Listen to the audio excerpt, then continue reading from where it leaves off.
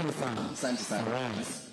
Thank you very much. That's my colleague, Jose the Trendsetter, Jose the Trends. You can catch him on Teen Republic. Tomorrow he will be live from here on NTV at the Teen Republic, where they engage the youth and have a good time with the youth. Ladies and gentlemen, a quick panel discussion, really, because this is an expo where we come here at least to engage and see what other people have. So, so we can have just a quick panel discussion of 15 to 20 minutes where we engage with one another. And my first guest, the person at least I will welcome to stage, is our chief guest, Dr. William Sugut, Head Directorate of Secondary Education at the Ministry of Education. Please make your way to the front. A round of applause. Then also allow me to call up stage Madam Mercy Yegon, Lecturer, Kenya Institute of Special Education. A round of applause as she makes her way here.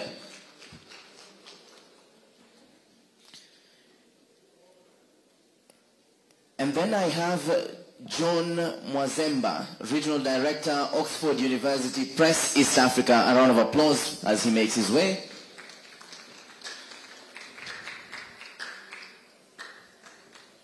And finally, I have Metian Pertet, Financial Controller, Olerai Schools. Huyo kuna mafans. Huyo kuna mafans sana. Thank you very much. Karibuni sana. Let me get another mic.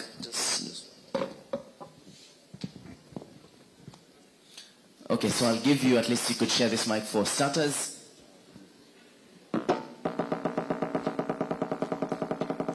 So, thank you very much for joining us on this conversation. Very, very quickly, I will give each one of you a minute and a half to introduce yourself, starting with this lovely lady right next to me. Good morning. My name is Metian Pertet. I'm the Financial Controller at Olerai Schools. Olerai Schools has been present for over 40 years. We operate in Ongata Rongai and Kiserian, where we offer both day and boarding school facilities, starting from kindergarten all the way to junior school and ready for senior school. Asanteni. My name is John Mwazemba. I'm the Regional Director, Oxford University Press, East Africa.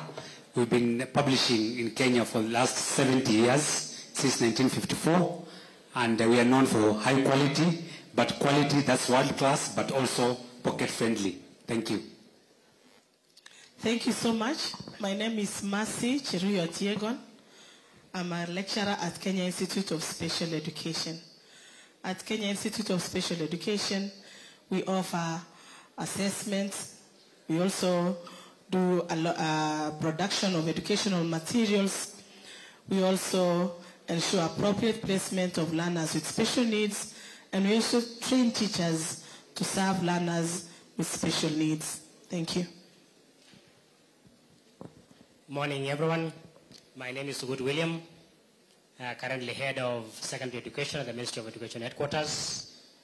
And at the Ministry of Education, we handle issues of management, issues of curriculum, issues of assessment of our learners. And currently, our first cohort in the competency-based curriculum is in grade 8, anticipating to transit to grade 9 in January, and subsequently to grade 10 in 2026. Thank you. And I'll start right with you, Bono Director, but a quick announcement, courtesy of Kickstart. This is a career development organization committed to empowering the youth to discover their career potential. They will be conducting a psychometric test for the students around, so please do make sure you pass through their stanchion for that particular test, as well as career counseling, which is free for today. Director, let me start with you and just say, give us and we would like to take stock of where we are with the education reforms in the country as far as, for instance, CBC is concerned. Please. Thank you so much. I think with reforms, as I did indicate this morning again, we have already now implemented the competency-based curriculum up to grade 8, and our grade 8 learners will be transiting to grade 9 in January. And knowing that we were able to domicile that in primary, we are now putting up classrooms to be able to accommodate those children. And we are putting up 18,000 classrooms. The Ministry of Education has already done 11,000 classrooms. 7,000 will be done by the national government CDF with other partners. And we have also been able to, through KICD, distribute textbooks for grade 9, now that we are together with the others. So we've been able to do that. We have also even done a pilot assessment for grade 9, which was done by the Kenya National Examinations Council. 56,000 teachers were recruited. To remember, they were interns first, but now they have been converted to permanent so that they are able to handle those children. But we're engaging another 20,000 for purposes of ensuring that we support junior school. And again, with the rest of the reforms, you are aware that we have put in place legislation to be able to enable that. We are in the process and following the necessary steps in terms of giving it to the AG's office, taking it to Treasury, subsequently to Cabinet and to Parliament for enactment. So that's where we are as of now, and things are on course for us to be able to implement all this. But remember, the big thing is we are shifting to competencies so that learners can be engaged, they can be empowered, and more importantly, they can be ethical. Thank you. Let me bring on board Mercy, who's seated right next to you, just to hear what she has to say as well. Talk to us about where the country is, and particularly where KISE stands in terms of special education. Thank you so much. I would like to say that KISE is at the top of things in ensuring learners with special needs are not left behind. KISE has occupied a very important space in the education sector in Kenya. We ensure that we distribute educational materials that are necessary to enable learners learn without being left behind in any learning process. We also ensure that we train teachers who are going to handle learners with special needs adequately in skills that are necessary to make sure that the needs of the learners with special needs are met adequately. Currently, we offer diploma courses as well as certificate courses. The certificate courses range from Braille courses, sign language. We also have autism. We also have learner support assistants who come in handy in teaching even in the regular schools. We are saying as KISE, we are at the forefront in ensuring that we ensure inclusivity by the year 2030 as by the goals that have been set. And we are also saying we are at top of things in ensuring that the curriculum is adapted adequately. That is why you heard Dr. Sukut talk about the stage-based curriculum and the age-based curriculum. In KISE, we really advocate for both sides because we have the stage-based curriculum that advocates for learners who have various needs and might not be able to take part in the age-based curriculum. But then we also have learners who are at age-based curriculum, like those ones who are hearing impaired, those ones who are visually impaired, those ones who are gifted and talented, those ones who are having specific learning difficulties with specific accommodations. We can accommodate them and they can participate in the age-based curriculum. So we are saying that at KISE, we are there to support the Ministry of Education. We are also at the top of things to ensure innovation. Innovation in matters assistive devices and also use of locally available materials at all times to ensure that we remove the gap the gap in matters lack of finances, so that the learners cannot say that we have a need, we cannot afford this material because of this. So that's why we are saying we are using locally available materials. Currently, there is a fact sheet coming up, courtesy of the president. The fact sheet is one of its own in Africa that is going to assemble and ensure that all assistive devices and educational materials are provided at the country. Okay. Thank you. Thank you very much, and I'll definitely be coming back to you, but at least to the guest who's right next to me, because we have engaged on financing particularly, and I want to bring her on board on the issue of financing, because in this country and basically globally, it has always been considered that masomo ni pesa mingi. So talk to us about the financing aspect of education, and then I'll bring on board Bona John for the international conversation.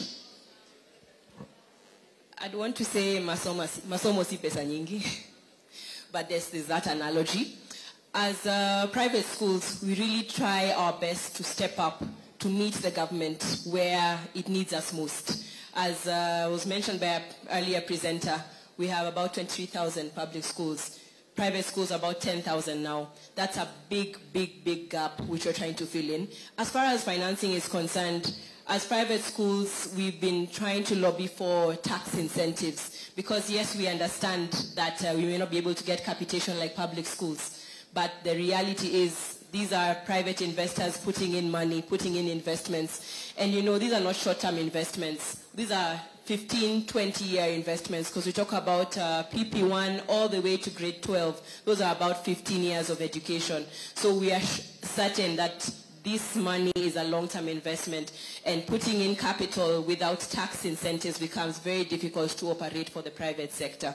So more and more we engage and we do get our voice heard when Treasury is picking suggestions and picking notes to take into each finance act that we benefit from tax breaks. Asante.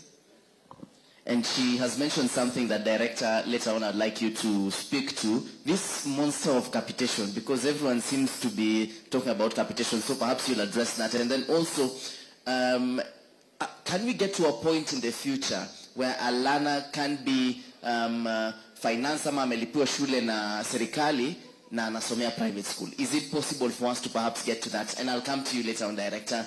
Right now, let me bring on board Bona John, who's the Regional Director, Oxford University Press, East Africa.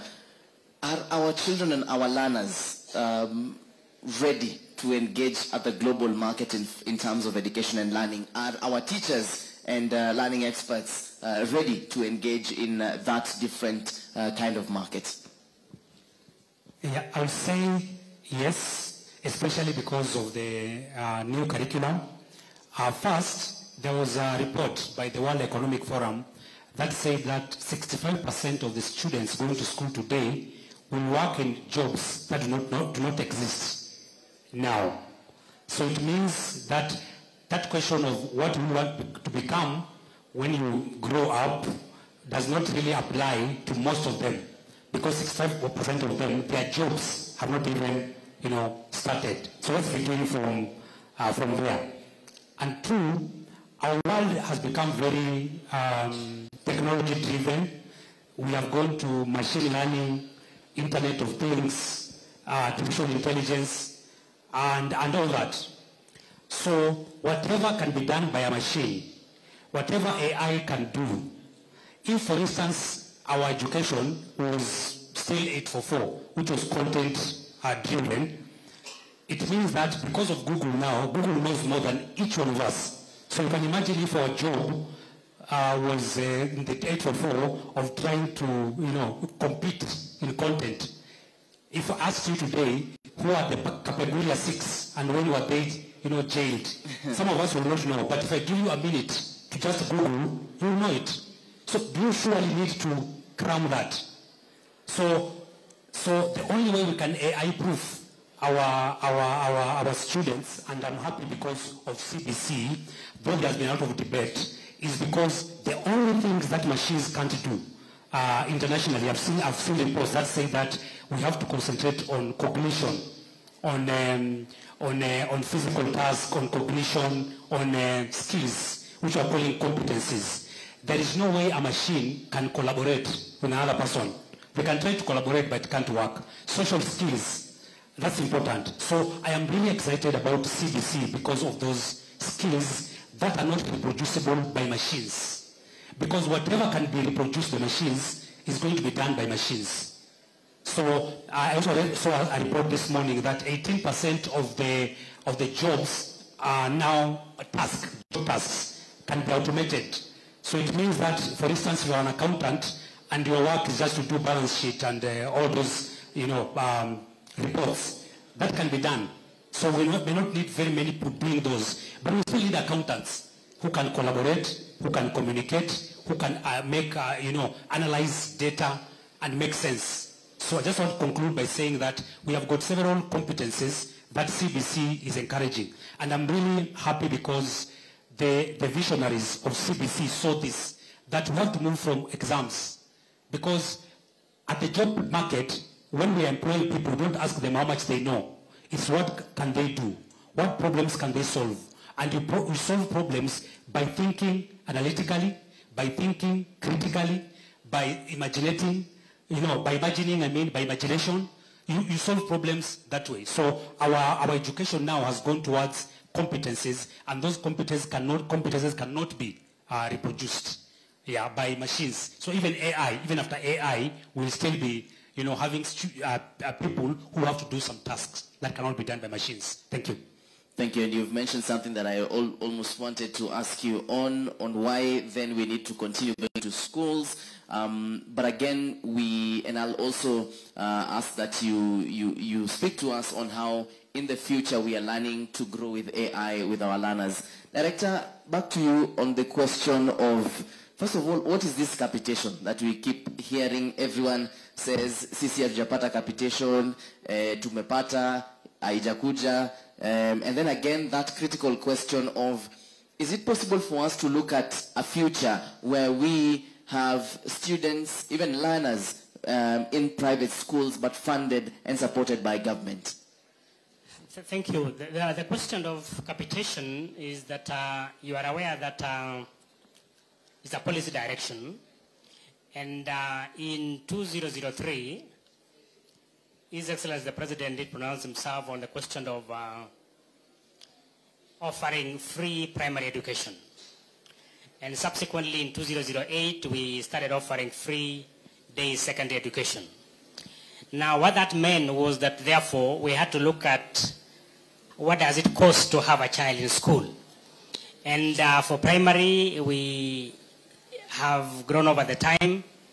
We started with 1,020. We are now at 1,420 per learner. This is the amount of money that is given for purposes of running education at that level. And for primary, you are aware, it's 1,420. For junior school now, it is 15,043 per learner. And for senior school or secondary, it's 22,244 per learner. Now, that is the capitation that you hear people talk about. If they have not received capitation, then that is why they raise issues over that. And it is given in tranches. In term 1, we give 50%, in term 2, 30%, and term 3, 20% of that. But, of course, there are obligations for the parents. Issues to do with uniform. Issues to do with meals. Because these children also eat when they are at home. So we believe that when they also come to school, we request the support of the parents to discuss with schools and ensure that they are able to also have the children eat, because meals have been seen to be very critical as a factor of access and retention in school. And so that is what it is. Now, going forward in terms of the question you have asked with regard to is it possible to fund everybody, that is a policy direction again. And that is something that is there for discussion, and when the policy moves to that effect. Maybe of interest also for members to know is that even to date, we currently pay for assessment, what we call examinations, for all children in KCPE, which we have concluded, in KCSE, and in assessments that are ahead of us now. Thank you. Okay, thank you. And also, just again to bring Mercy to this conversation again on special education, because every so often we have government say we have this other branch of education that requires us to take care of special needs children. What form of challenges do you see yourself getting into from where you guys sit? Thank you so much. The branch that you talk about, as I told, is about stage-based curriculum. Yes. And we are saying that challenges, one of the challenges is ignorance. And for example, I want to tell us today that in special needs does not choose private or public. It is here with us, and it is a condition. So maybe the major challenge for us is ignorance amongst the people, and also an access to facilities that enable a learner to learn adequately, and most of the time they are ignored just because of that ignorance again. So apart from finances and provision of assistive devices, adaptation of curriculum is an ongoing discussion, and for example, implementation of the IEP, Individualized Education Program, is something that is yet to be embraced by all teachers, both in private and public schools. So those are some of the challenges we encounter. Exclusion is still real. You still hear learners being denied access to a particular school because of the lack of because of ignorance. That is it, actually. You find that an administrator can turn a child away with the fact of there are no teachers. How will you stay with the others? Those questions that need to be demystified. Apart from that, environmental adaptation is still a key, a major challenge for us. We find that some schools are not accessible in matters, the terrains, and also the way the stairs have been placed, so much so that a child in a wheelchair might not be able to access. So that environmental adaptation is still a challenge. Thank you. Thank you very much. And just for your knowledge, perhaps you could share a link with those that are joining us from home. We are live on Facebook, on NTV Kenya's Facebook. So please do make sure you interact with us on NTV Kenya, on Facebook, X, Instagram, Snapchat, and as well as subscribe to our YouTube channel. That's at NTV Kenya. Let me just, again, have a conversation now with John on this conversation that has seen us embrace AI. You see, earlier on, it possibly was impossible for, say, the teacher or the educator, if I may call them so, to be so much in charge that they know about AI. So you find now, we find ourselves in a situation where the learner now is teaching the teacher on AI. So is this a challenge that we are bound to see in the coming days, and how do we adapt? And I'll also require you to comment on that. Yeah, definitely, because our children are far much ahead of us. I think that's something we have to admit. Because, yeah, let's say they were born with gadgets, quote unquote. And some of us, were already grown by the time some of these gadgets are coming. So the children, most of the students actually ahead. And most parents will tell you, I'm one, that the children can do so many things that some of us are even dreaming, still trying to dream to do them. But why do we need to go to school? I think there was something you had said. So school is supposed just to facilitate. The teacher, and in CBC now, the teacher is a facilitator of learning. The students are curious to learn. The teacher is not somebody who is passing knowledge. Yeah, because most of that knowledge they can get elsewhere. So the teacher is a facilitator of that. So I think the challenge that we have on us and our teachers and the parents is that we have to catch up with what's happening in the world of AI.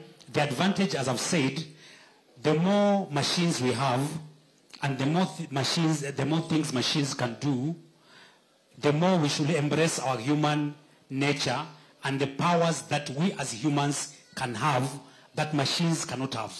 So if for instance, our social skills, if we can enhance that, and that's why CBC has collaboration, if you can enhance that, if you can enhance the cognitive abilities, communication, if you can analytical thinking, if you can enhance critical thinking and creativity, then we can solve problems that a machine cannot. Because if you run ChatGPT, it only regurgitates what's in the internet. It just runs, at the background and picks what has already been fed there. So the machines have to be fed. But our world is always having several problems, many problems in fact. That is I think, consolation, is that the world has thousands and thousands of problems that cannot be solved by machines. But the question is our education, are our teachers, our students, publishers, are we thinking about that, having a problem-solving, kind of education? That's the question that we should ask ourselves. Yeah. Let me also get your comment on that. I'd say that we're looking at IT now, not as a standalone, but in terms of integration with each and every learning area. So when you're talking about the opportunities for digital engagement, the learners are already aware of the basics. So now it's about how do I learn more about photosynthesis through my digital engagement? How do I learn more about whatever is being taught in that particular subject? We're also seeing a lot more, as he's mentioned, learning through your classmates than from learning through the teacher. So the teacher is simply a facilitator, and there's a lot of learning happening amongst the learners themselves, which previously in the 844 sort of curriculum, we had the teacher standing in as the imparter of knowledge. Now we have projects in every learning area. We have project outcomes at every end of term. And it's really pushing our learners to be more creative, more explorative, and you actually don't even have an option. You have to go out and look for the knowledge. So we're taking advantage of, the Google, the AI. And AI is not necessarily negative. You can use AI in a positive perspective, even from learning. I know there's been concerns about our learners really going out to research. So AI is just a tool. And yes, they can go out to research. It's just up to us as educators to encourage them and use it in the right perspective. Okay, to my audience, perhaps we could also have a round of questions from you as I take the last round of questions. Any questions for my guests on the panel? One of my teachers used to tell me that if you see silence, it means they have overly understood or they have not gotten anything. Just one question, please. Let me just walk towards you for a quick question to any of my guests before I ask you guys to have your final remarks. Thank you, Mr. Brian. My name is Dennis. I come from Kisii. I have two questions. One for my good madam for the special needs. In our local area there, we have faced a lot of challenges in these special cases of our learners, whereby a parent is not willing, completely not willing, to take a child to a special school and instead brings that child to these other normal learners. So we face a lot of challenge on that because the parents do not agree with the basis that we give them, but they would like to see their children in these normal schools. How do you go about it? Another one goes to Doctor. Lack about the government policies. The issue of government policies is also affecting us mostly. Like now, I'd like to give an example. There is a school that had an accident in Nairobi, whereby the buildings collapsed and injuries were made. So that school was in Nairobi. The same problem was transferred to local areas whereby other schools were closed. How do we go about that according to these national policies or government policies that are affecting other schools in areas whereby the problem did not occur? Thank you. Perhaps we can start with Mercy. Thank you so much, Benson. That is a good question. I want to tell you that the parent is right. The schools are supposed to be receptive of the children. It is the school administration and environment to be modified to accommodate those children. I will ask you a question. If we take learners with special needs to special schools, when they come back, will they go to a special society? No, of course. They will come back to the general society. So we are encouraging that they go to the school nearest to their homes. That is when we will really realize the full implication and the realization of inclusion. So schools should be receptive and accommodate all learners. You will discover that maybe you only need to bring a sign language interpreter for that learner with hearing impairment. Just a slight modification and the child is comfortable. Maybe you will just discover that you need a braille transcriber and a braille machine to accommodate a learner with visual impairment. And let me tell you, sir, it's only that disability is not, sometimes some of the disabilities cannot be seen, but we all have, at some point, have a need. So we shouldn't refuse or deny a chance to any learner in any school, including private schools. They should be receptive and just do basic accommodation. The government is very supportive. We are able to give accommodations, even in terms of curriculum adaptations. And learning, we are saying that there should be, no learner should be denied access to education in Kenya. Education for all. Thank you. Director? Thank you so much because of that question. You are concerned is the policies and possibly what happened and the effect out of what was done. One, I would wish to say that when we are developing these policies, we do it in consultation with stakeholders. And the intention of government is to ensure that our children, as they pursue education, are safe. So we would want to appeal really to all the stakeholders that when we do what it is that we are doing, be it construction of buildings, classrooms, laboratories, dormitories, let us also ensure that we live to the standards so that our children are safe when they are using those facilities. And the essence of this is to ensure that we are able to deliver education in an environment that is conducive, an environment that is able to enable our learners to benefit fully. And therefore, when the ministry carried out an assessment, we discovered that there are those that are not met the standards. And that is the reason why they were not able to, they were not allowed to proceed. What they need to do is to be able to rectify those areas of concern. If they are able to improve on that again and then they are reassessed, definitely they'll be allowed. But the essence of it all is to ensure that our children are in learning environments that are conducive and that is safe for them. And we work with stakeholders on all this. Thank you. Thank you very much. Now, if you allow me, my audience, I will take the final remarks from each of my guests, perhaps a minute each to say what they do and their final remarks, starting right next to me with Madame Metian from the Olerai schools. I'd like to say that the competency-based curriculum is a fantastic curriculum. We're training our learners to be ready for the global stage, engaging them in practical learning, competencies like learning to learn, digital literacy, collaboration, use of technology and digital integration is preparing our learners to compete at a global level.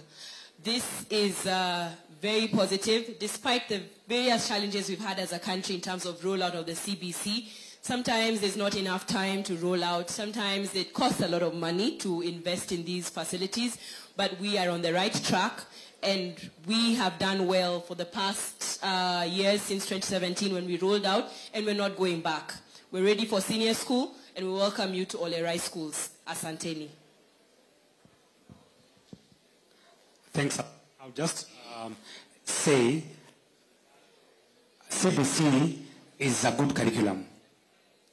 There could be problems with implementation and challenges here and there. Every good thing has its own challenges, but it's good that we embrace a skill-based and a competence-based curriculum, because the world is moving towards that. And as I've said, because we have got so many problems to solve in the world, it's good to teach children how to solve those problems, than give them content that after a few years becomes. So yeah, and we developed books as Oxford University Press. You can pass to go to our stand, our booth, and see the books that we've developed. We even have QR codes, because there's digital literacy also that they are learning in CBC. So, and thanks a lot. Let's engage more. Thank you so much. Mine is to say welcome to Kise. Private schools, we have not seen you a lot, and we are feeling that you are being left behind. We want to say that in Kise, we offer basics, we offer assessments for learners with special needs. We also ensure appropriate placements for the same children. We also offer training services for teachers. We have the two modes of learning, full-time and distance learning. We also have produce and distribute assistive devices to all schools. You only need to write to us and request, and we shall be able to distribute to deliver as required. We are also saying that we are open to discussions in matters adaptation of the curriculum. As you have heard, we should be able to practice inclusive practices. So I welcome all the private schools to ensure that their school is fully embraced fully inclusive education practices in terms of environmental adaptations, in terms of adapting the curriculum, in terms of accommodating all learners. In Kenya, we are saying no learner should be left behind. So in case you need assistance in matters on the same, Kise has a space on that, and we are saying welcome. We can always just write to info@kise.ac.ke, and we shall be able to support you at your point of need. We are saying that I would like to say thank you, and to invite you to our stand, just as the fourth stand from here. You can be able to see some of those educational materials that we are making, then also the assistive devices. And we are not saying that just for learners with special needs. We can also find others for the regular learners, which ensures that the learning process proceeds smoothly without any hitch. As I've said, we have learners with specific learning difficulties. I'm sure if you come to our booth there, you can always get some answers to some of those questions you have. At Kise, we also have 5-star accommodation and conference facilities. We are saying whenever you have an event, we will be most obliged to welcome you there. Karibu sana. Thank you. Thank you so much. I think I want to say this time that the competency-based curriculum and competency-based education is not only fantastic and good, but it's also timely. This is the best that we have given to ourselves as a country, because we know where we have come from, we know where we are, and therefore we are critically clear of the direction that we are taking. And therefore we are at your service, be able to interact with the various stands that are here so that you can benefit fully.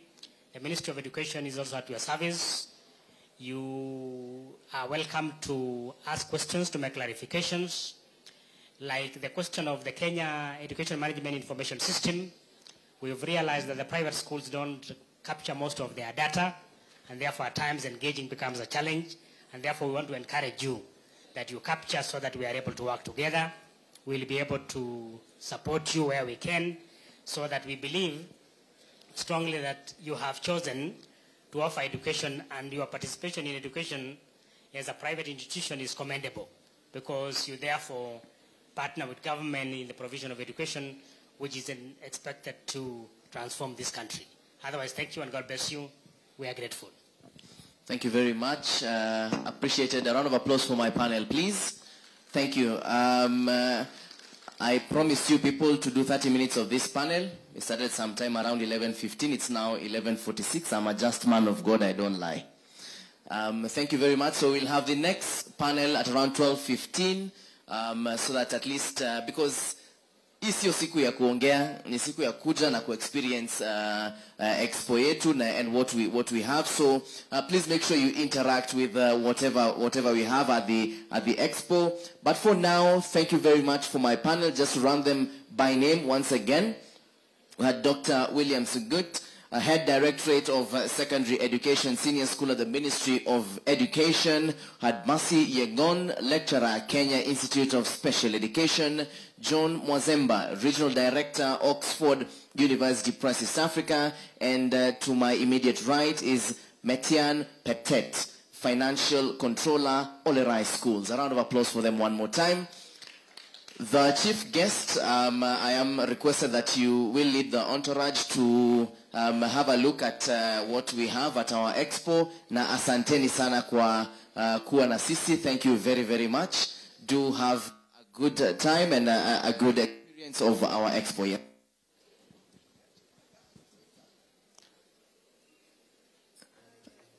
My good photographer from the Daily Nation would like a photo with all of us. So maybe just one quick photo for us and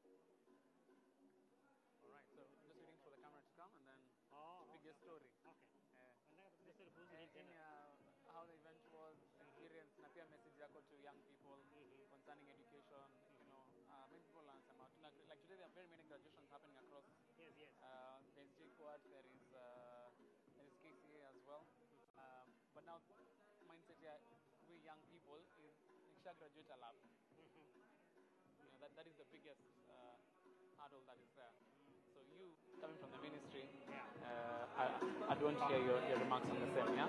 That's all right. So, yes. Camera. All right, so we'll just face it. Can do with this background. Are we doing this background? All right, just a second. Yeah. Just give me check mic 1 2. Hello, guys. All right, so we are here live and direct at Sari Center at the 3rd Kenya Private School Expo, and I am joined here by one gentleman from the Ministry of Education. Yani big boss, nataka first of all atupige introduction. Hello sir, how are you? Fine, thank you. My name is Dr. Sugut William, Head of Secondary School Education at the Ministry of Education Headquarters. Interesting. Now, big question. First of all, such an expo happening, why is it important for young people to be part of such a conversation? Thank you so much. You know, information is power. And therefore, we want to ask the youth to be able to get in as much information as possible. And then it's also important for them to be able to sieve the information, because not every information that you get will be useful to you. And particularly in terms of education, those who have been able to go through this should be able to see what is going to benefit them as they prepare for their careers in life. And that is possible to do these things when you have the relevant information. Now, today we have very many graduations happening across the country, different institutions, TTIs, we have universities, colleges, and, to name but a few. Young people wanatoka wanauliza manze tumegraduate alafu tuko na diplomas, tuko na degrees. What will you, tell them concerning that particular attitude towards me tumegraduate alafu hakuna jobs? My message to those who have just graduated, in the graduation, you must have listened to the last statement. You are told you have been given the powers to read and do all that appertains. Take time to discuss, to think about what it is that it means to do all that appertains to the degree or the diploma that you have been given. What it means, therefore, is to be able to be flexible in life. Don't be rigid to the extent that you only want to do exactly what you have studied for. Look at your skills. Look at how you can be able to fit in society. It is even advisable at times to be able to think about what you have done. If you are not able to get an instant job, are you able to create one yourself? Are you able to think about volunteering and offering service to mankind? And in the process, your skills and expertise can be realized. Think about who else can mentor you after you have graduated so that you can be able to fit in well. Otherwise, congratulations, because you have graduated. It has not been a mean achievement. And please take this advantage now to fit in society very well. And listen to advice, both from your teachers, from your churches, and from your elders. Thank you so much. Asante sana, thank you so much. And we're looking forward to having more conversations with you. Thank you so much. Wish you well. All right. So we are still here live and direct at Sari Center, Chuko Cherengani Hall. So you guys please ensure that you come through. We're going to go through a couple of, partners and stands that we have right here. Remember, this is all matters education. So to all young people, tafadhali kujeni hapa. If you have amazing partners coming on board, nataka tuchapiane na watu wasako kwa hapa Kenya Literature Bureau. Acha nichapiane na watu wa KLB. So one thing I remember about KLB is that when I was in high school, these are the books that I used to read. I used to read, kila kitu ilikuwa KLB, by the way. If you did a proper 844 system, this is what I had. Hello, sir. How are you and what is your name? I'm good. My name is Victor Nyadida. Yeah. I work for KLB. Yes. Hello, sir. How are you? I'm fine, thank you. How are you? I'm very well. What's your name? My name is Gitonga Gedenji. I'm a Sales and Marketing Officer with Kenya Literature Bureau. Yeah. Now, finally here. Hello, sir. Hello. Safi. Salama? Yes. What do you have today with KLB? In fact, we have a variety of books. A variety of books? Yes. All right. So, sir, when we talk about KLB, is it the official government partner when it comes to, publishing of books? Or talk to me about it. Well, I would say Kenya Literature Bureau is a state agency in the Ministry of Education, where we have a mandate of publishing books, or in general we publish classroom content, and also we publish books for maybe senior citizen or people who want to develop content in terms of memoirs. So basically KLB is not about classroom books, but it's a publisher which publishes materials for general consumption. Tushike vizuri tuone kwa kamera. For example, this is Share Grit. It's a memoir by Zipporah Kitoni. He's a public figure in this country, and he's also a key person who has a great influence in the country. We also have one by Rin Jiro. It is titled The Presidential Pressman. It's a memoir. It is very rich in history. It has content on historical events that actually happens during Moi era, So it's a book that is rich in good contents, and the prices are very fair, they are very affordable. But let me just mention something to do with these books. This is Kenya Literature Bureau Grade 9 titles. We have approvals for literally everything. All the running materials have been approved, and the prices are fair, they are affordable, and we've marketed them in schools, and they'll be available in bookshops come January. So if you are a parent, we are welcoming you to buy KLB materials.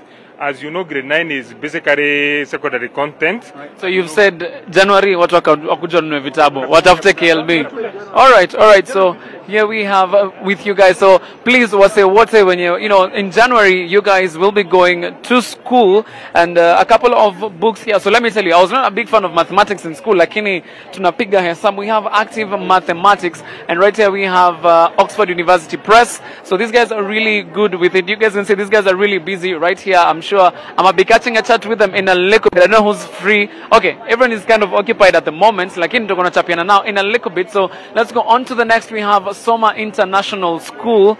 All right, welcome to Soma. Soma in Swahili to our international audience. Soma means kusoma, read. Soma International School. Hello guys, vipi? First time, how are you? I'm very well. Unaitwa nani? Naitwa Margaret. Asante sana. Hello Margaret, how are you? I'm very fine. What do you have here today for us from Soma? So this is Soma International School, an international school along Thika Road, offering 3 curriculums: Kenyan curriculum, British curriculum, and the American co-curriculum, from ages 11 onwards. And how can someone join your school? Talk to me about how do I apply, how do I come? Umesema Thika Road wapi? Yes. So Thika Road, on your way to Juja, it's on the right side of Juja, of Thika Road. So application is easy. You just go to our website, Soma International School. We also have brochures here for the same. So you go online, we have our website, Soma International School, and you'll find everything that you need there. Asante sana. Yeah. Thank you so much. So that is Soma International School. Here we have Meridian Acceptances Limited. So I don't know who's here with me, Meridian. Whom can I talk to? Niongea na nani? Aya, sawa. Kidogo tu sasa, how are you? I'm good, how are you? Aya, karibia tu hapa hivi. Very nice. Unaitwa nani? And what is Meridian? My name is Rosaline Jerry. Meridian Acceptances basically is a microfinance institution. We do lending to, at this particular time, we do lending to parents. We do school fees financing, but we do with so basically mnasaidia wase tu some school fees financing. Let me talk about school fees. By school fees, how are your rates? How does one apply? How does one qualify maybe for financing and whatnot? So basically we'll need bank statement and M-Pesa statement for 12 months, and that's it. And at an interest of 5% per month. 5% monthly? Per month, yeah, that's it. That's it? Only that. All right, and where can we find you? Maybe on social media? Do you guys have a website? Website. MeridianAcceptances.com. All right, so there you have it. We have Meridian right here. So if you need any form of facilitation, we have Potter House School. Let me catch a chat with them. Hello, sir. How are you? Very well. Haya, karibia. Tuko hapa, tuko live on NTV. Njoo. Ni aje? Kofiti? Haya, unaitwa nani na unafanya nini at Potters? My name is Eddie Ahuta. I'm a teacher at Potter House School, and I'm also the head of academics. Yes. Now, being head of academics, how are you able to ensure that, young people and emerging trends and also balancing schoolwork, how do they, go hand in hand? And you as a teacher, how is your experience, across board? Well, we ensure that we emphasize on good time management from how we organize our schedule, our timetables. Not only do we have time for classes, but we also schedule time for sports. Our recess activities are very encompassing of so many aspects of a student's life. And we also have clubs that offer so many activities, from sporting activities to other, competitive aspects. We have a very vibrant chess club, robotics club, things like that. So they ensure that a student's educational experience is not just also focused on books alone, but also on other activities. But we also place the right emphasis on their studies. Yes. Thank you so much. And where is Potter House School located? How can guys join you guys? Maybe you guys have social media, website. Talk to me about it. Oh yes, so Potter House School is located in Runda. We have the junior campus adjacent to the bypass, and then the senior campus is off Kiambu Road. So both in Runda but on different sides. We also have a website, potterhouseschool.ac.ke. And then, of course, we have a social media page on Instagram. It's Potterhouse School. Juliet, what's our Instagram handle? Potterhouse School underscore. Yes. Yeah, Potterhouse School underscore. Yes. That's it. Potterhouse. Okay. School. All right, there you have it. Thank you so much, Mwalimu, and I will be catching a chat with you. So that is it right here at Sarit Center Expo. Remember, tomorrow we shall be here live and direct. We're going to be having Chin Republic to Kwandani to Sakata Densi. Beautiful stage right here, Goddess of Nation Media Group, and everyone else who is on board. We have Brian Mushiri with me. So, majenzi ndio hawa. Niaje bro? Poa sana mzai. Viti? Niko. Leo naona umevaa suit, umeingia kwa Muhindi. Nimekuwa suit. Naenda kwa Muhindi baadaye. Mimi niko hapa Sarit. Yes. Kuna forum ya kwanza na tumemoderate the first forum on global perspective as far as education is concerned. Tunakuja pia ingine just around the same conversation on taking stock where Kenya is. Yeah. For sure. So Brian Mushiri will be here with amazing panelists na kidogo dance tunaona. So see you guys tomorrow. Today's on Friday. Kesho Saturday, Sarit Center Expo. Come for the 3rd edition right here, courtesy of Nation Media Group. Turn it.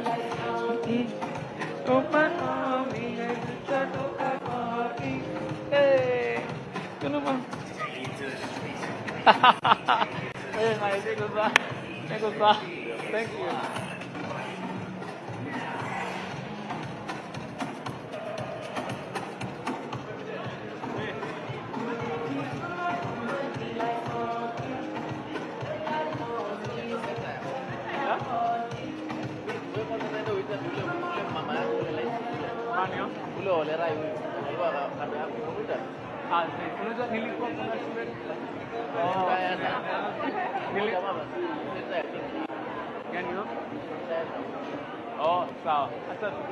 All right, it's gone.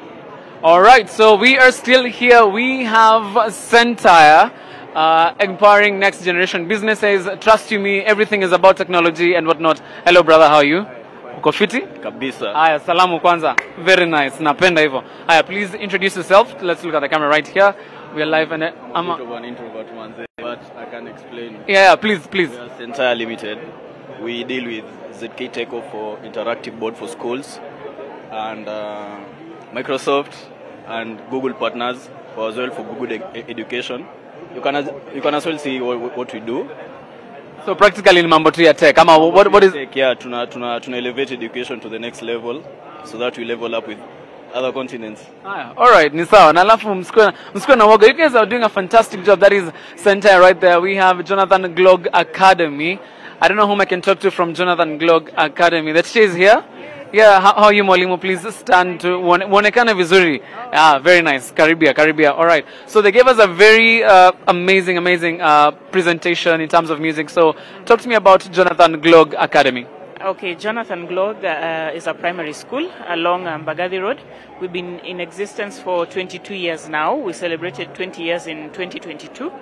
Jonathan Glog Academy was founded to educate children of Kenya Children's Home, formerly known as Thomas Bernardo House. I'm sure you've heard of Thomas Bernardo.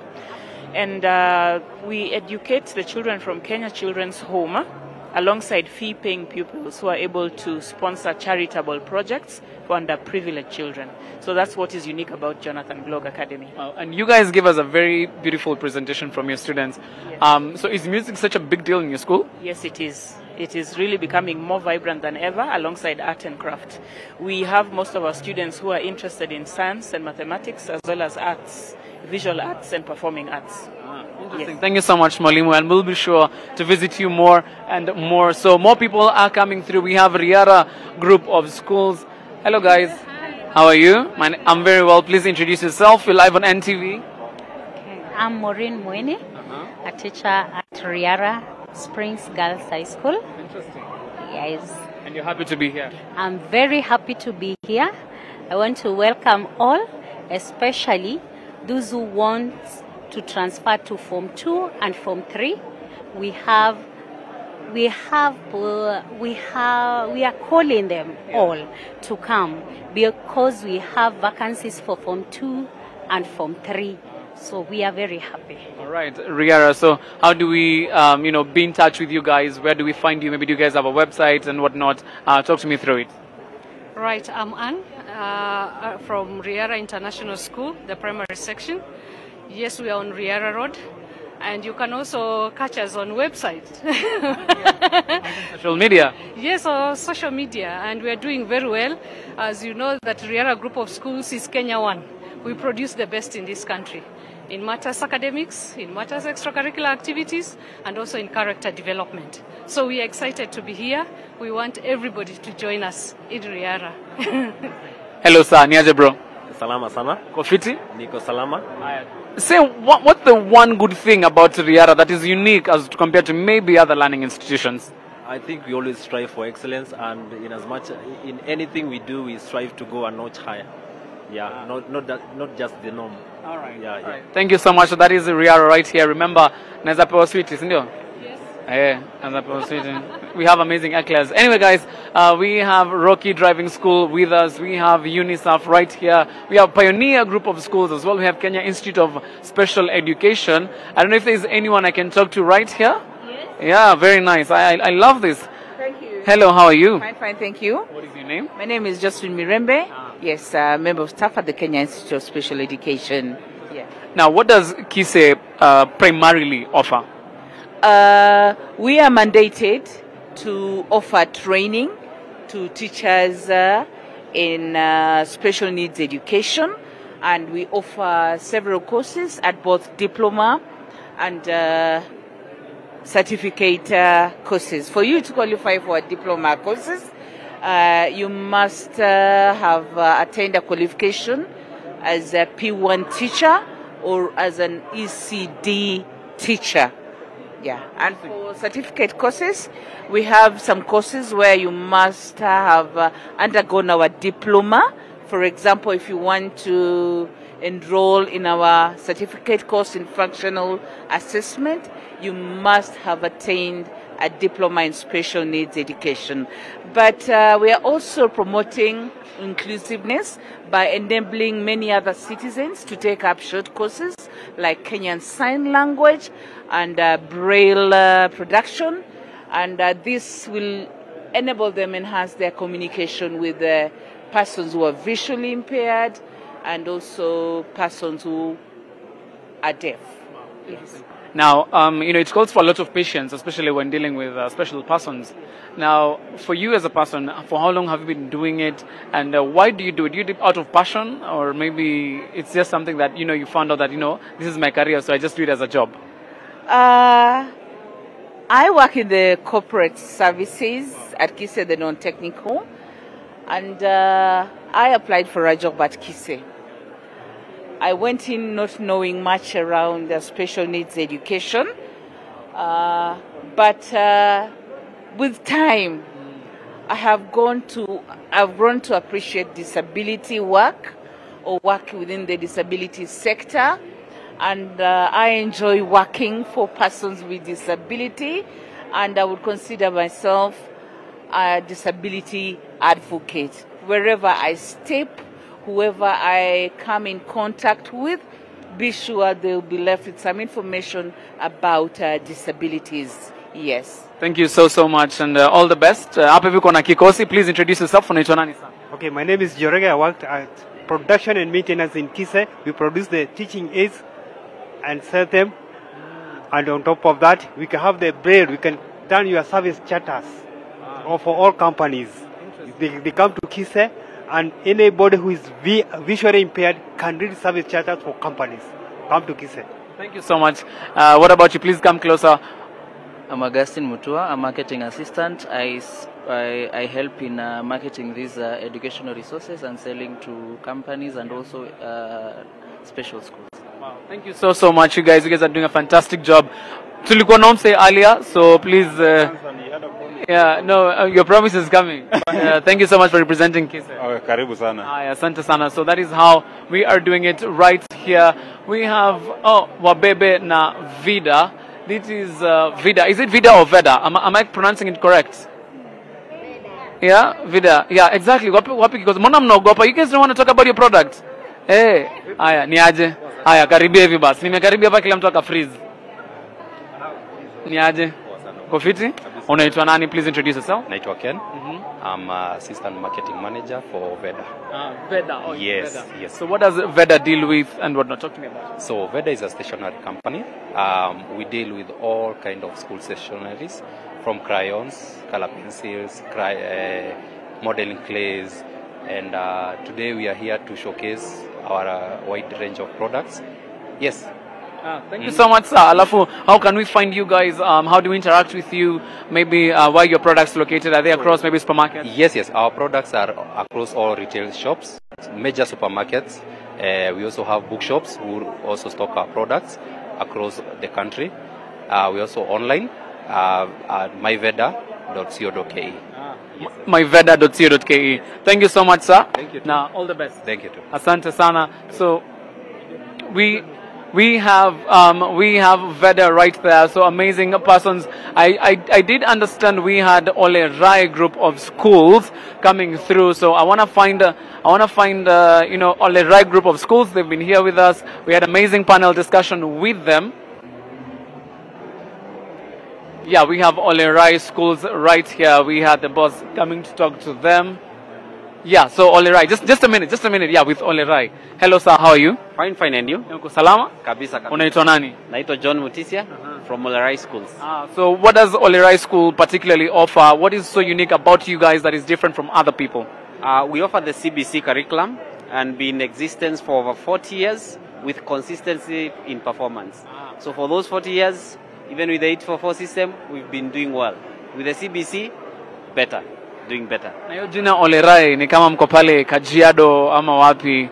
The name itself, gives it. Okay, that's the first thought that comes to mind. Am I right? Yeah. We're in Kajiado County. We have 2 campuses. So one of the campuses in Ongata Rongai, very famous town. The other one is Kiserian, along the Pipeline Road, around 7 kilometers from Kiserian town. That's where we are located. A very beautiful place. If you visit there with your children, they'll not go home. They'll remain there because we have a boarding school that side. All right, that is Ole Rai Schools. We're going to be catching a chat with them. Now, Chukwapepi, please ensure that you guys are coming through right here. We have KLB, we have amazing partners on board. It reminds the 3rd edition of the Kenya Private Schools Expo, and that's more like it. We have a performance coming through right here, courtesy of Jonathan Glog Schools. Please take a look.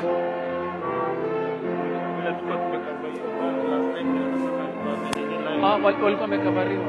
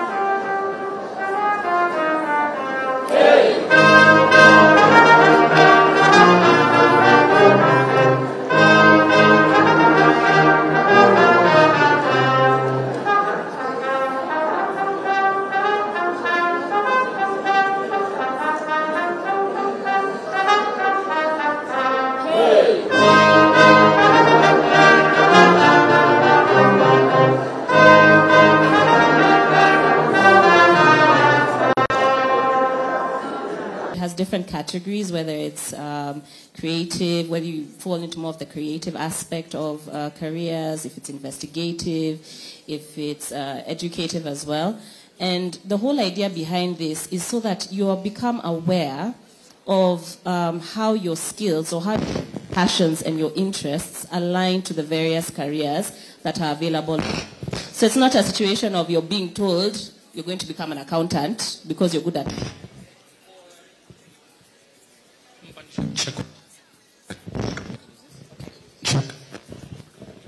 So the whole idea behind the RISEC test is just to help you to align your passions and your skill set to the possible careers that are out there for you, and what that would look like in a professional setting, right? So it's not somebody telling you what you're going to do. It's about that self-discovery from the different metrics and the results of the assessment that come out. And each category has different career choices that you can align to. And actually, when people do this, even when they're in careers, they're quite shocked to find like, oh, actually, this makes sense. That's why I'm interested in this thing. So how do we ensure that you're not just, your passions don't just remain passions, but they can make them, or you can cultivate that skill set into lucrative careers that you can develop? Yes. I will definitely be coming back to you later on, but let me also get to understand, Elphas, from your assessment of the competency-based curriculum, where do you sit? I mean, you have been within this curriculum delivery space for a minute now. How far do you think we've come with CBC? Thank you. As a country, or as an individual, let's say, with CBC we are headed places based on the various aspects. As a country, we switched since 2016, and it was effectively launched in 2017. It's when CBC became very effective. And in this, we have had a little bit of challenges here and there in terms of enacting the system or making the system work in the country. And you will notice that these challenges came majorly because of the transition aspects, or the transition challenges. Because initially we had 844, and now we have CBC, which is competency-based curriculum. The approach and the methodology is different compared to the other one, which was 844. And therefore, as a country, and in my position, I'll say we have gone, or we have done well in implementation, despite the challenges. This is sourced from the Kenyan Education Act. And the legal framework has been there, and it should not be taken that parents are not aware or the stakeholders are not aware of what is going on as a country. And therefore, I'll say to that juncture that we are places as a country in terms of implementation. Brian. Okay, thank you. I'm slightly distracted because I want to acknowledge the presence of my senior, Nancy. Hello, Nancy, how are you doing? The audience may not be in a position to see you. However, that is my senior. At least she guided me in growth. Brian Mushiri from NTV. At least there is something for everyone. There must be something for everyone. Thank you very much, Nancy. Back to my panel. Talk to us, Julius, then, about education financing, because earlier on, I did engage individuals within the financing space of education, and the question then was, masomo ni pesa mingi, masomo ni garama. So, talk to us about the journey from the time I walk in at Progressive Credit Limited towards, number one, getting a proper education as a learner. Then number two, also, as an individual who has an institution or a learning institution, how can we work together? Thank you, Brian. At Progressive Credit, we pride ourselves in offering products which are quick in terms of processing. They're also very flexible in terms of the terms and the requirements. So we are able to accommodate a lot of our customers or clients who are in need. So it means that as a parent, if my child is supposed to go to school and I'm short of funds, I'll be able to walk into Progressive Credit, whether I'm in employment, whether I am in business, and even those who are maybe running institutions will be able to stand in. The other aspect in terms of institutions, from the inception of the company, we have been in operations now, this is our 14th year. We have really worked very closely, especially with the private institutions, in terms of supporting the institutions, in terms of operational expenses that they need to bridge. We have infrastructural growth. We have been able to step in. And even for their staff, you find that sometimes because of the quick process, we're able to step in, give facilities to the staff who are able also to feel part of that institution, which helps them to retain the staff. In terms of maybe the CBC curriculum, we know there is a lot of stretch in terms of the facilities. So most of the schools are in need of expanding to accommodate the additional classes that are required to be there. So we are able to step in, work closely with very well-structured facilities, which the customers are able to pay very conveniently within the timelines. You know, schools are normally, the fees are normally paid probably at the beginning of the term, a bit of it during the term. So we are able to structure these facilities very well, such that they can accommodate the cash flows of the schools without any issues. And of course, in terms of security, very flexible terms. We are able to, we enable them to acquire very flexible loans, which are able to help them now bridge that gap. Okay, thank you. And Kimberly, let me just bring you back to this conversation. Do you think the Kenyan population and the Kenyan populace has embraced career conversations enough? Do Kenyans know about you people? I don't even think it's about whether they know us per se, but the reality is careers are just a part of life, right? I think what we have to do is redefine how we view careers, as opposed to just seeing it as a job or something that happens to you when you reach that age of where you have to go into a formal work setting.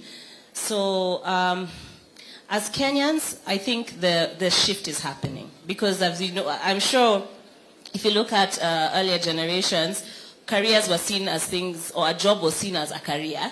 That's the first thing. And it's seen as something that you do for the rest of your life, and probably in one institution or one organization. A lot of our parents are probably, you know, beneficiaries of those pensions where they've been for years and years and years.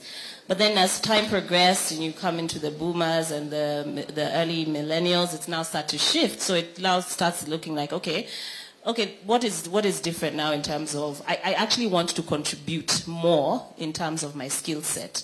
And I want to do something that I thoroughly enjoy, as opposed to being in one place all the time. Like I want to explore the different options that are available for me out there. And then we have the Gen Zs now who are just like, I'm going to work for myself, or I don't see myself even working in a formal, a physical office, you know, so things have really changed in terms of how we view career. So I think that's just something that has to happen inevitably. What as Career Kickstart would like to see is how do we start having these conversations with our children younger and younger. So for us, our initial demographic were actually graduates and earlier professionals who are looking to transition, or graduates who aren't sure about how can I connect what I've studied with what's available in the workplace. But now we're having to have these conversations with children even as young as kindergarten, which is why I'm so impressed at Nation Media Group being able to hold such conferences and bring schools together so that we can have these conversations, even with the institutions themselves, so that they embed some of this awareness and career development curriculum with awareness within the existing curriculum, so that when a child is saying, I want to be a doctor or a lawyer, they understand what that actually means. It's not just based on a perception that they see. You understand? And then it's also based on where the world of work is going. So how do we ensure that our education system is setting up our children for success? And that starts very early on, because we deal with employers, not just locally but also abroad, who say there's a gap, particularly when it comes to our African students, where they're technically capable and they have good competencies in terms of the technical abilities, but there are certain skills lacking in terms of how they thrive or how they're even able to work in a team at work, how they're able to communicate, time management, those interpersonal skills that they don't necessarily teach you at school or in a formal education setting. So that's where we at Career Kickstart come up, so that we can develop holistic students. And that can only work as stakeholders in the terms of not just the school, but the parents, corporates, government.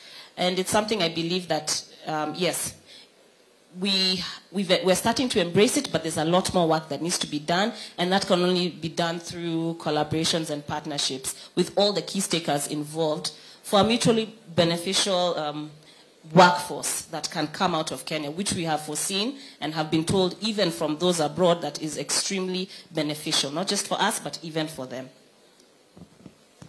And I'm still remaining with you just to understand, what then do you look for in a student, in a learner, in an individual? But those who continue to join us on social media, that's on Facebook, on NTV Kenya, please continue interacting with us. We are here for 2 days. This is the third Private Schools Expo and Conference, where this period's theme is Nurturing Learners for Sustainable Tomorrow. Let me also mention something courtesy of the Nation Media Group. We do have our own platform, Nasoma. That is a platform where you can log on to and then get to understand and pick up anything that you need to know, from junior sport to the high schooler to all these education platforms that you'd like to take part of as a teacher and also as a learner. So Kimberly, just one more question for you. What do you look for in a student? Well, not a student or like a potential employee.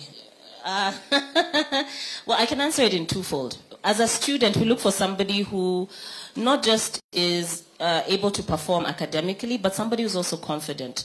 Somebody who's also diverse in their skill set in terms of what they're able to do in class as well as outside of class. And to be fair, I think it's the same thing when it comes to an employee. You look for somebody who will be able to connect with clients but also deliver on reports, right? So it's somebody who's able to be adaptable, somebody who can think critically. And this is what we try and explain to educators. Employers are looking, the academic aspect or the grades have become like a basic, to be honest. It's the thing that gets you the interview, right? You qualify, you tick the boxes. But what actually gets you the job is your ability to be able to work as part of that team, to assimilate into that culture, to understand what it means to meet a deadline, those interpersonal skills and the soft skills, right? We need to emphasize more and more on those. Especially now as the world is getting smaller in terms of the kind of global teams that are coming together to work on projects, right? So you'll find there are companies where the finance team is in Russia or the human resource team is in the UK, and here in Kenya we're doing the tech aspect, or we have the ICT department here. So those are 3 different time zones where you have to work with people. What does that mean? So you're competent in terms of being able to sort out the software issues, but are you going for the meetings on time? Are you able to communicate via email? Can you work with a diverse team that has been put together for this particular project? So those are the things we're trying to ensure that students are being equipped to be able to deliver by the time they're entering into this world of work, because it's crucial for them to be able to understand these things, not just the technical aspects, so that they can thrive and manage the ability to work as a local Kenyan in a global workforce. Elfas, let me understand from where you sit the process of coming up with the curriculum, because a majority of these individuals seated here, I'm not yet there, but some of them have children. And the things that CBC makes them do with children in the evening. So how exactly do you come up with the curriculum, really? Just walk with us, sorry, about that whole process of coming up with the curriculum.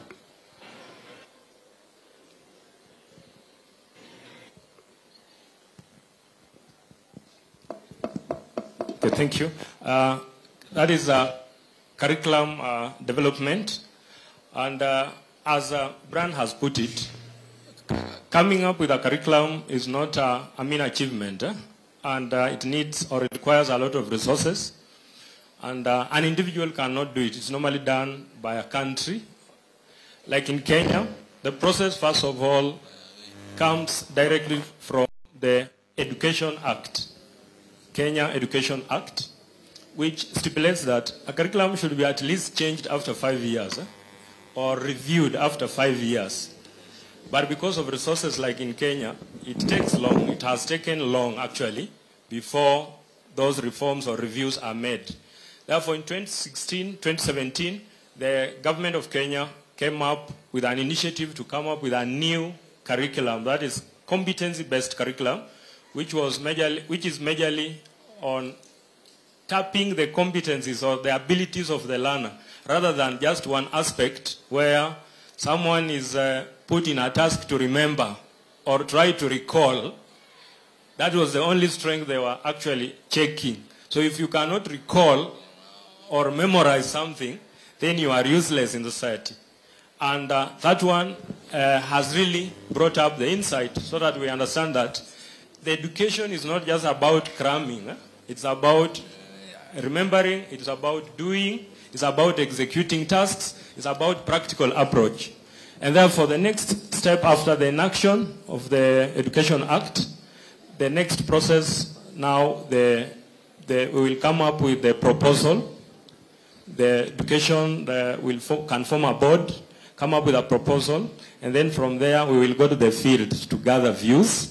And then from there, we are able to come up with a draft of the curriculum, which will be piloted for a period of time. Like for CBC, it was piloted in 2016.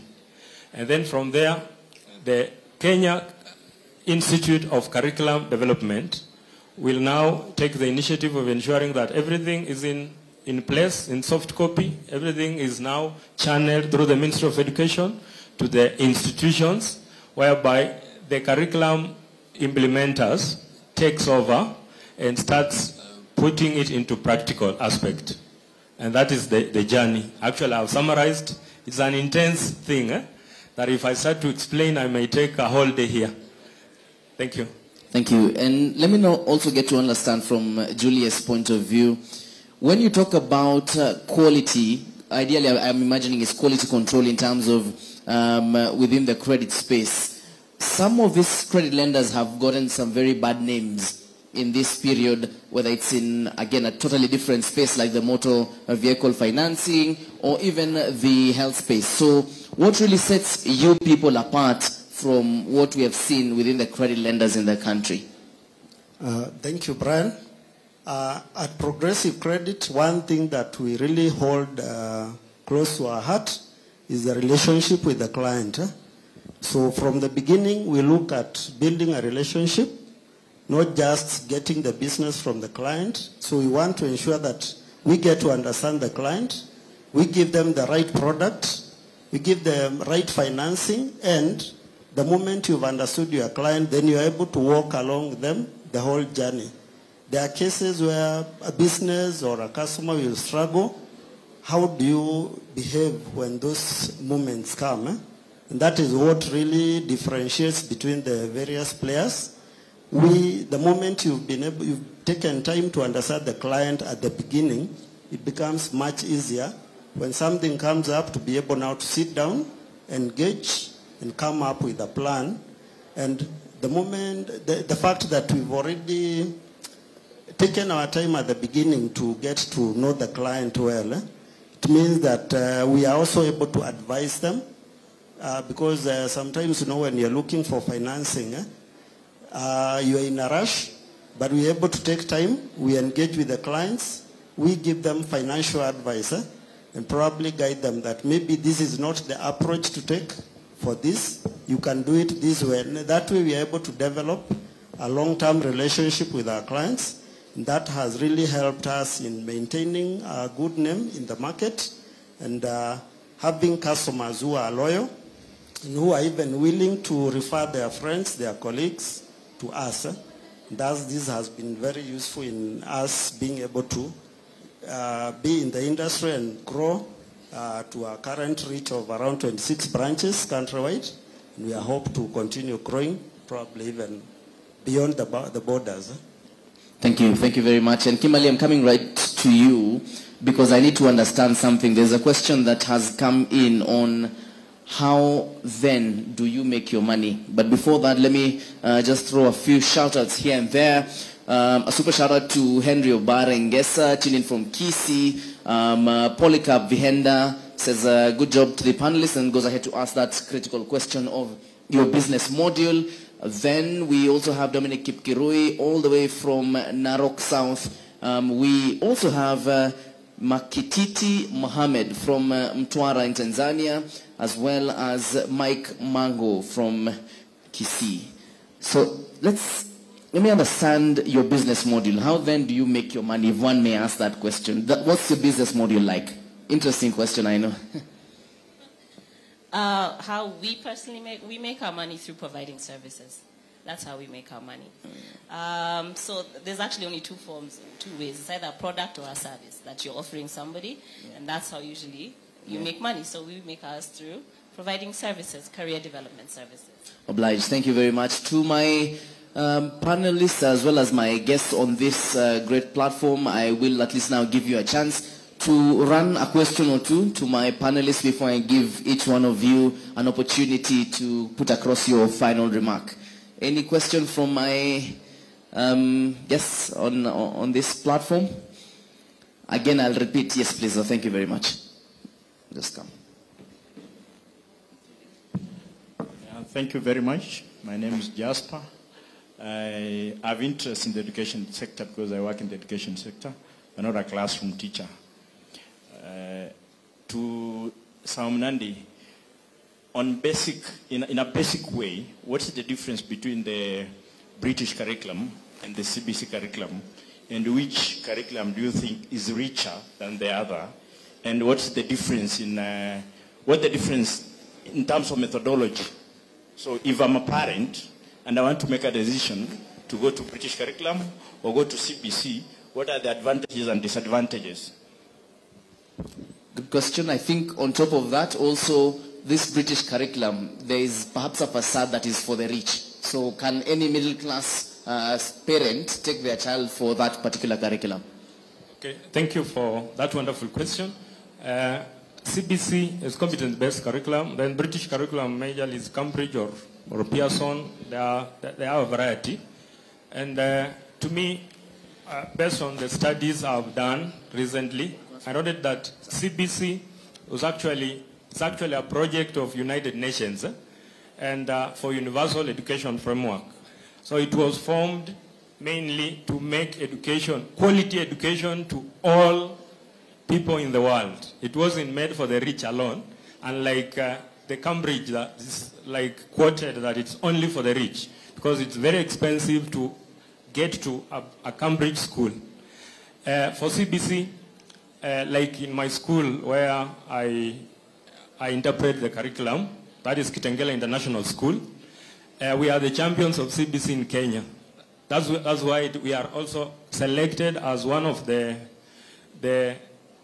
benchmarking schools in the country. So we invite, for community aspect or integration, we invite public schools from the around and all over Kenya to ensure that they come and get the taste of what we offer. Therefore, for CBC and Cambridge, to me, with the studies I've made, they are almost the same. The difference is just the assessment body, and maybe the other one started early, and the CBC started in 2016. But for me, CBC is the way to go, and CBC is the best curriculum in the world so far, if it is well implemented with the right resources. When Brian, allow me clarify something on a wrong notion, that CBC is very difficult because it needs a lot of resources. That's a lie. We are encouraged to use locally available resources. When you talk of locally available resources, the town dwellers will disagree and tell me, where will you get a branch of a tree? Maybe in a flat.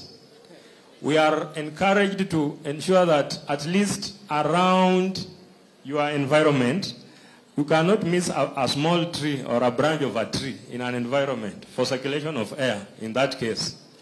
And therefore, what we are trying to put in simplicity is this, that CBC and Cambridge, there is no big difference. The only difference that is there is the examination that they are exposed to and their body of examination. And for CBC, it is Kenya National Examinations Council.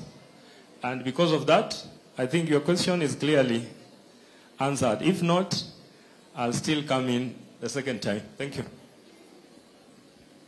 Thank you, Mr. Brian. My name is Dennis. I represent Pachard from Kisii. My question goes to you, madam, on issues of career development. Yes, we have taken a lot of time to teach people on what to do when they grow up. Well, we have done that. And if you look what's happening in Kenya, the examples of ourselves or myself, we were trained on certain fields. Of course, I have taken my time, my resources with my parents, I've ventured into that field. And here comes the government still says, be innovative, create jobs. What we shall do in the government of Kenya, create jobs. And when somebody creates a job, the government is on that same person. Inamkandamiza kabisa. A lot of regulations, a lot of needs, legal needs, that this person feels nobody, nothing.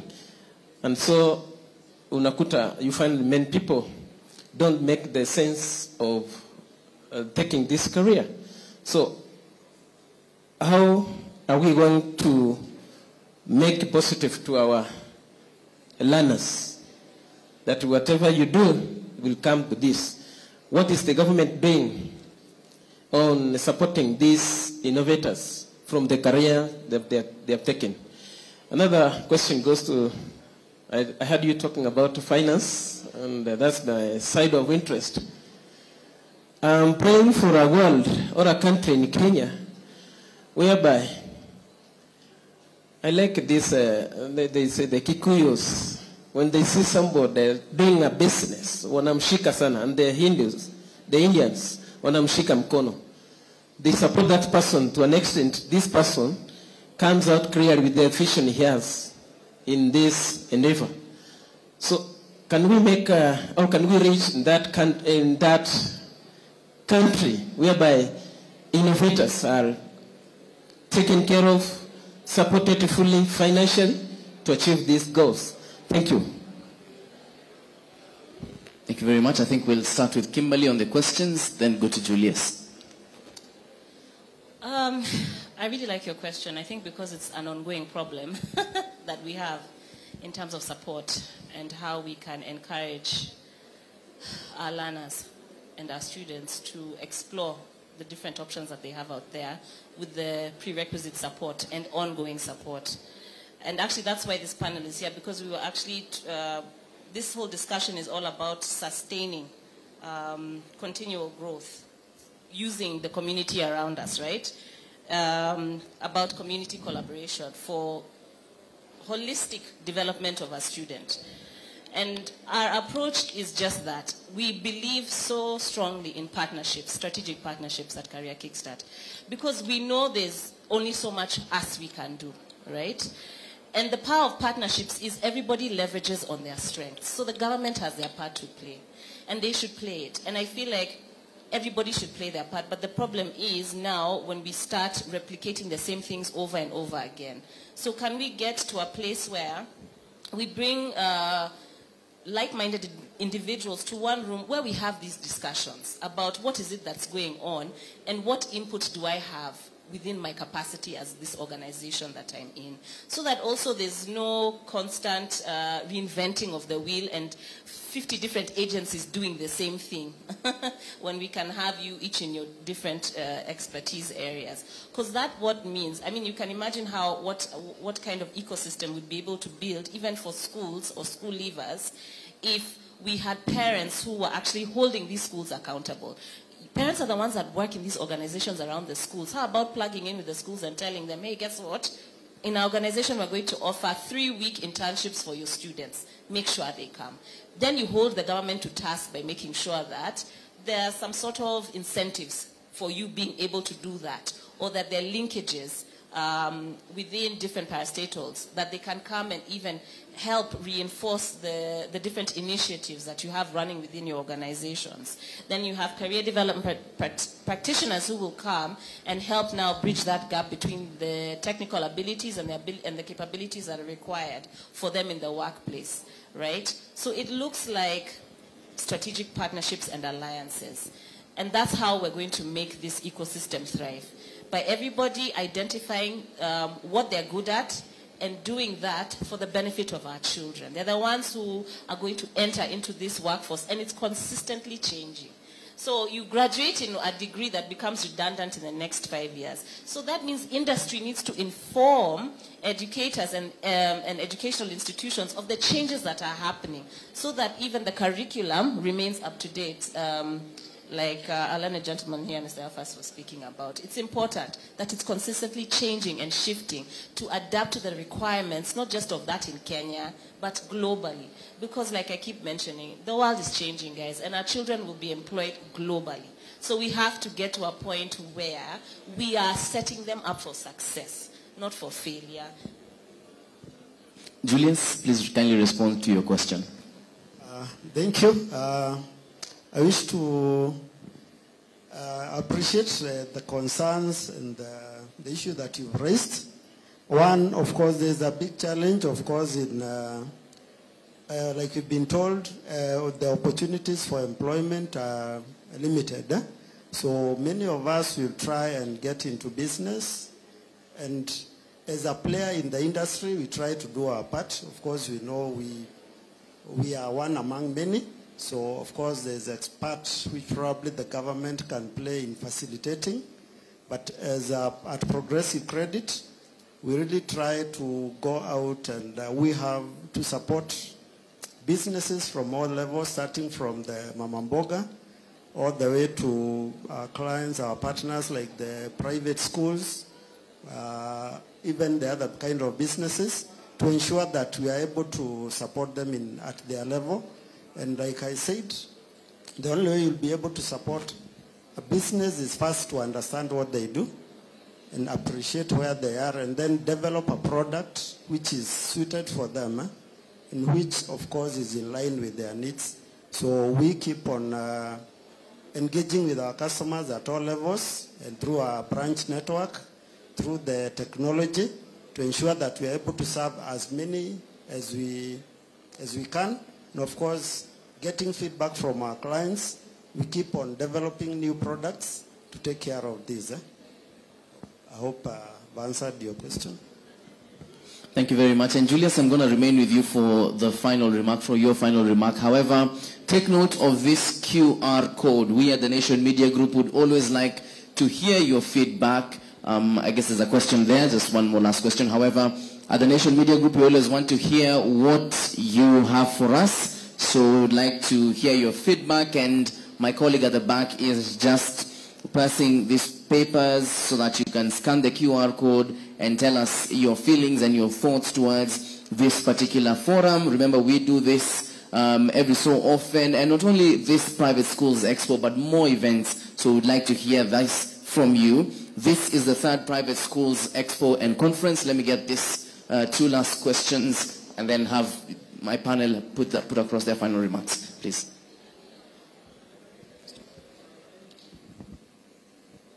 Okay, thank you, Brian, for the opportunity. I have maybe two questions, or one question for the two in terms of the career development and the CBC.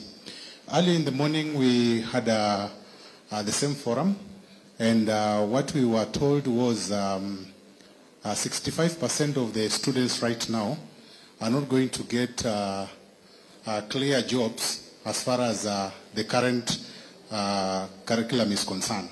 So there are jobs which are going to be created, or rather, by the time they get to the level where they need to get jobs, there will be no jobs. The jobs are coming to be created in the next, like, a certain period of a year. So the question I'm asking is, are we preparing these pupils for a job that we don't know? And when they get to that particular level, are we going to create a job for the people who have graduated, or the job should be there specifically for them to pick it up? Because you said they will get jobs normally, but we have been told 65% of them cannot be able to be employed in the current work environment. And then my question for the CBC. You've said very well that it was benchmarked at the Kitengela International School. You've also talked about the same being affordable, which I tend a bit to differ. More so when you look at the same question I'll be asking you, if you are told to go and pilot the same in a public school, will it be easy as it is right now in an international school? So as you're saying, it should be, it will come in place as far as the support is coming in. I know before the private school, we had the public school. Public schools are more than the private schools. So, so many pupils we are preparing right now from the public schools are not going to get the opportunity compared to the one being prepared in private schools. Don't you think it should be the other way, vice versa? We start from the many going to the fewer who are missing. Thank you. All right, so I'll start by answering the first question, which was based around, okay, so we have these new jobs that are coming in that we don't even really know what's all about, and there's so many others that are becoming obsolete.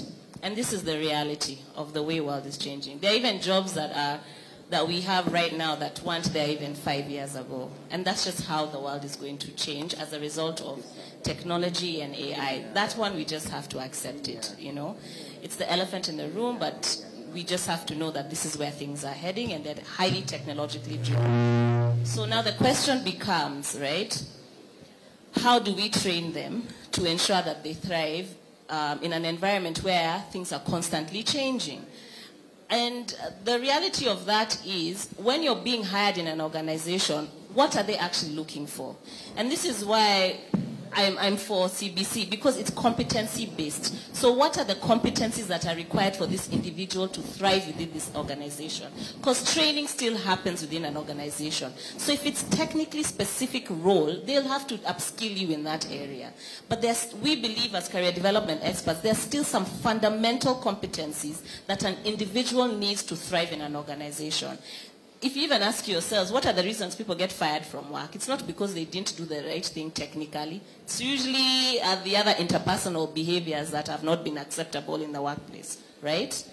Because the organization still has a responsibility to train you based on the operations or the systems within the organization. So what we would say is this. And there's so many reports right now that are coming up in terms of the required skills from employers. So as educators, which I believe most of you are here, and I can't stress this enough, but you must partner with industry.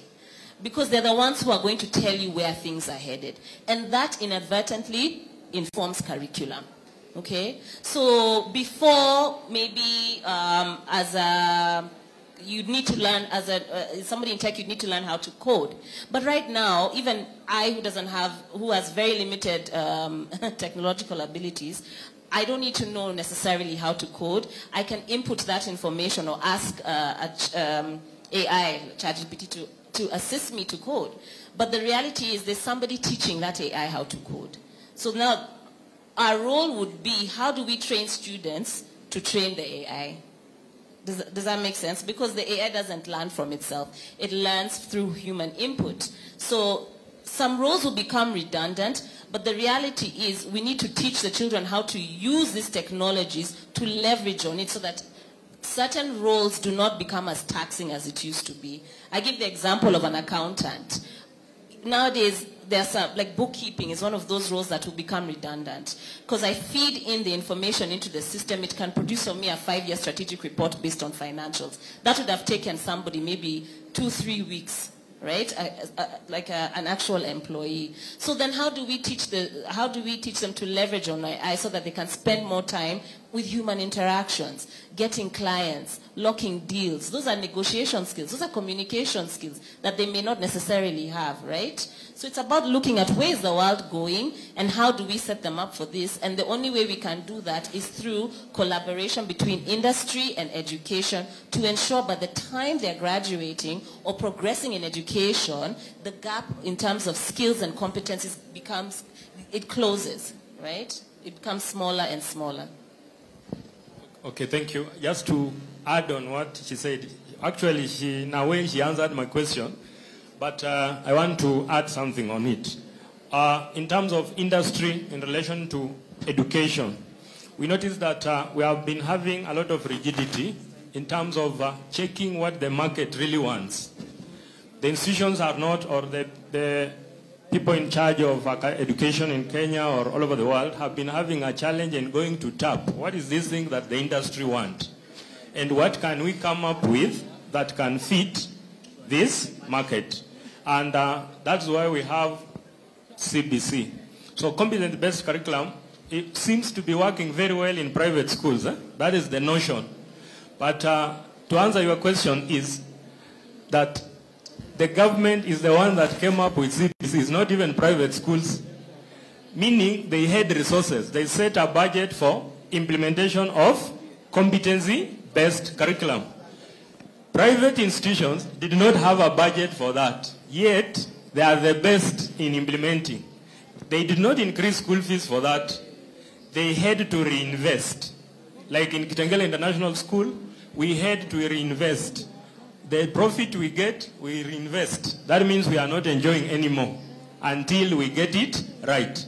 But for the government, they had a budget since 2010 in the inception of the new constitution, which stipulates that there must be an education review, curriculum review after 5 years.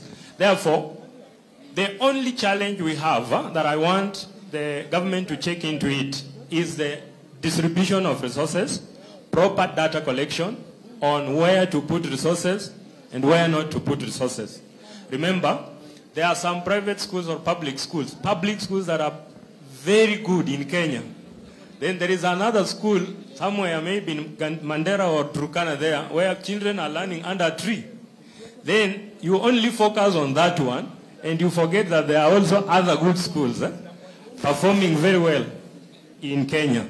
So the issue is just proper data analyzation by the government agencies and proper distribution of resources, proper management, and all will be well. There is inclusivity on the Teacher-Parent Association. Teacher-Parent Association is a body that deals with linking the school education and the parents or the community. You notice that when there is a mislink between the parent and the school, there is always chaos in that community. And because of that, we have initiated a program whereby the parents are invited frequently for trainings so that they understand what CBC is. Because Kenyan parents don't love CBC because they will be asked about, we need a chicken to be taken to school. So they think it is the teacher who is going to eat the chicken. Yet that is not the fact. The fact is that maybe there was no proper retooling of the facilitators or the teachers. Therefore, with the curriculum studies and development, we are working very hard to ensure that we retool the teachers, and as well, let me use this one, retool even the parents to move from 844 mentality to CBC mentality. I think we know Gen Z. We know Gen Z? Gen Z movement, we know it, eh? Sorry for mentioning because it is known in the media as a threat to someone. But let me pick this. As I conclude, my friend over there, please mark this, that CBC is the way to go. If you have a boy or a girl in your house, learn how to do that simple mathematics that they are learning. It is different from ours. When it comes to sounds, it is no longer A, B, C, D. It is A, Ba, Ka, Da. Therefore, the moment we learn to transit from the old way of doing things to the new way of doing things, the AI way, we are there. Why do we have AI? AI is there because there is a gap in the market. We don't want to change and get used to doing things the modern way. Therefore, CBC is here to be the AI of tomorrow. Therefore, if we walk this journey together, we are headed places as a country. Corruption is the only challenge that is giving us a headache in terms of implementation of CBC. Therefore, I think I want to pause there. Brian? Yes, thank you very much. It's been pretty detailed. Let me now at least understand from Julius your final remarks on this great conversation so that at least we can release everyone else. Okay, thank you, Brian. First is to really appreciate each and every member of these people, everybody who has taken part in ensuring that this event takes place and it's moving on well. One other thing I want to say is that at Progressive Credit, we invite all of you. You come, we partner together. We have, as I said, we have products, we have facilities which will be able to take care of starting from our institutions to our staff.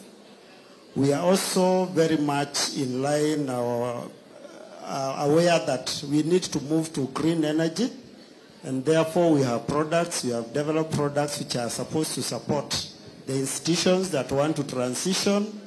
Probably you want to move to solar energy, you want to do biogas. We are out there, we are willing to support, we have very well-tailored facilities to be able to take care of this. In terms of infrastructure, like I said, we are willing to partner, we are going to be there to help to facilitate. Even for operational expenses, we are there to support the schools. We want to work together to ensure that there is mutual growth and everybody is able to deliver in terms of making sure that our young population gets the education they deserve and that they are able to contribute to the growth of the nation in the next few years.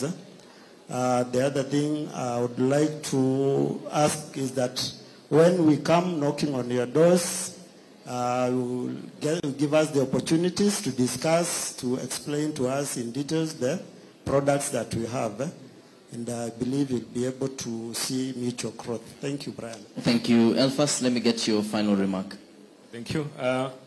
Mine is back to CBC or curriculum that Kenyans found it hard, first of all, to accept it. But as an expert in the area, we found it easy, and I have endeavored to ensure that we train Kenyans to understand that the curriculum is the best, and it is for the good of the Kenyans and to the world. And therefore, to end this, I want to call upon all the stakeholders, all the investors in education sector, to ensure that they have an intense program of training the parents and the community to be part and parcel of the curriculum, CBC curriculum implementation, so that when we move, it doesn't look like schools are being fought for siphoning resources from parents or from the community. It should be something that is of the great benefit to the society and the community at large. Therefore, I call upon all the stakeholders to be part and parcel of curriculum implementation and trainings. And the media too, ensure that parents are also educated. Let there be a forum or a segment for educating parents on CBC curriculum implementation. Thank you. Kimberly. For me, the key word is collaboration and partnerships here. I think that we can no longer afford to work in silos, whether it's the government, whether it's private sector, whether it's schools, even as parents. So even as Julius is saying, it's so important, Alpha is saying, that as a parent who has a child in CBC, you need to just embrace it, because it's easier for you to embrace it than to fight it. Change is going to be inevitable, and our children are going to grow up in worlds where change is constant and even happening at a faster rate. So what does this mean? Rather than be defensive, because we deal a lot with this in Career Kickstart, it's a mindset shift that needs to happen in all our minds to understand that the traditional forms of careers has changed. I may not understand it, but that doesn't mean it's wrong. So take the time to understand where the world is going and how you can support your child in that, so that collectively we're not left behind. And what you can also do is just plug into your communities, into your schools, so that you can offer them something, whether it's from your own organization or connections in government, whatever it is, so that this thing that we're doing for the benefit of our children and the future of Kenya is a collaborative effort. Thank you very much, Kimberly. That has been my panel. Starting from my immediate right is Kimberly Njao, co-founder, director, partnerships, Career Kickstart KE. Then next to her is Elfas Omunandi, administrator and curriculum delivery expert, Kitengela International Schools. And then to my father's right is Julius Kemani, quality and growth leader, Progressive Credit. We have been engaging on strengthening school community collaborations for holistic student development. This is the third Private Schools Expo and Conference. We are coming to you live from the Charanganyi Hall at the Sarit Center. This year's theme is Nurturing Learners for Sustainable Tomorrow. Again, thank you very much for interacting with us. For those who are on our live panel, this is the QR code that you need to scan for you to be able to get to speak to us at the Nation Media Group with the feedback that you need. The papers have been going round, so please be sure to be with us and communicate with us. This is only day one.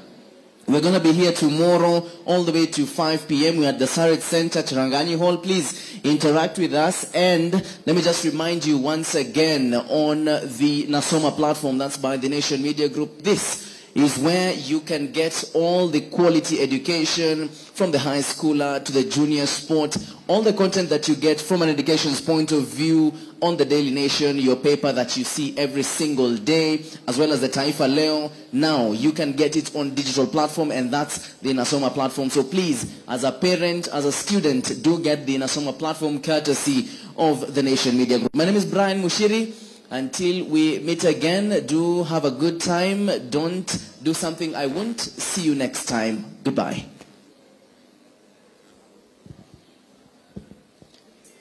Thank you very much. Asanteni sana. Thank you very much.